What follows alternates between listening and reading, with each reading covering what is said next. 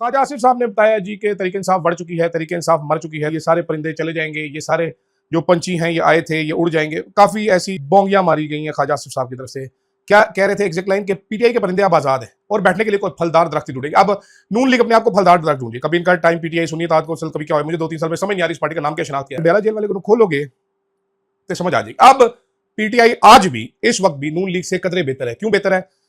99 में जब मुशर्रफ ने टेक ओवर किया था, ठीक है, 14 सीटें मिली थी इनको पूरी। ये जो ख्वाजा आसिफ साहब आज बने बैठे, आपको पता है क्या कर रहे थे उस टाइम पे? ये दुबई में होते थे, रेस्टोरेंट चलाते थे। आपको पता है एहसन इकबाल साहब कहां थे? वो सऊदी अरब में गार्ड की नौकरी कर रहे थे अकामी के ऊपर। ये भी मैनेजर लगा हुआ था ख्वाजा आसिफ में। आधी पार्टी टूट कर काफ लीग में चली गई थी, पीपल्स पार्टी में चले गए थे। इसहाक डार साहब इकबाली बयान दे के वादा माफ गवाह बन चुके थे नवाज शरीफ के खिलाफ। खड़ा कौन था? खड़ा था मखदूम जावेद हाशमी, जो जेल गुजारता रहा बेचारा।